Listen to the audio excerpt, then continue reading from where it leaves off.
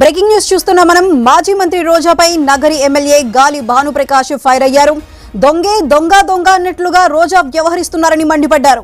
రోజా నోటికొచ్చినట్లు అరిస్తే ఇక్కడ భయపడే వాళ్ళు ఎవరూ లేరని అన్నారు.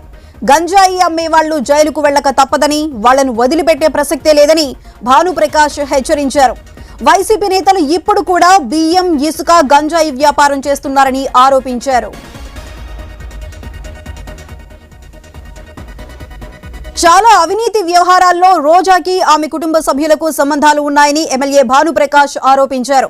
గత 5 ఏళ్లలో నగరిలో ఎక్కడ చూసినా భూ కబ్జాలు, ఇసుక, గంజాయి అక్రమ రవాణా జరిగాయని, వాళ్ల తప్పులను సరిదిద్దడానికే తనకు సంవత్సరమైన సరిపోవట్లేదని చెప్పారు. రోజా అనుచరుల అరాచకాలు భరించలేకే ప్రజలు 45,000 ఓట్లతో ఓడించారని ఎద్దేవా చేశారు. కూటమి ప్రభుత్వ రాకతో నగరిలో ప్రశాంత వాతావరణం నెలకొందని, వందలాది రోడ్ల అభివృద్ధి పనులు చేస్తున్నామని ఎమ్మెల్యే గాలి భానుప్రకాష్ పేర్కొన్నారు.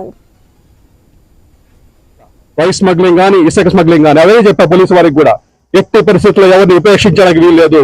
నిస్సందేహంగా ప్రతి ఒక్కరిని లోపడేయాల్సిందే, కఠినంగా ఉండాల్సిందే. ఇక్కడ బిడ్డల ప్రాణాలు కాపాడుకోవాల్సిన బాధ్యత మన అందరి మీద ఉంది. గంజాయి ఎట్టి పరిస్థితుల్లో ఇక్కడ ఉండడానికి వీల్లేదు. గంజాయి వ్యాపారం చేసే ఏ నా కొడుకైనా కూడా పోవాల్సిందే. చాలా వాటిలో రోజా వాళ్ళ ఫ్యామిలీ ఇన్వాల్వ్ అయ్యింది, అయినా ఉపేక్షిస్తున్నా. కానీ గంజాయిలో దొరికితే మటు ఎట్టి పరిస్థితుల్లో మెడ ఈడ్చుకొని లోపడేస్తాం, మెడ పట్టుకొని తీసుకెళ్ళి లోపడేస్తాం. మొహమాటం లేదు, వాళ్ళకి ముందే వార్నింగ్ ఇస్తా ఉన్నా.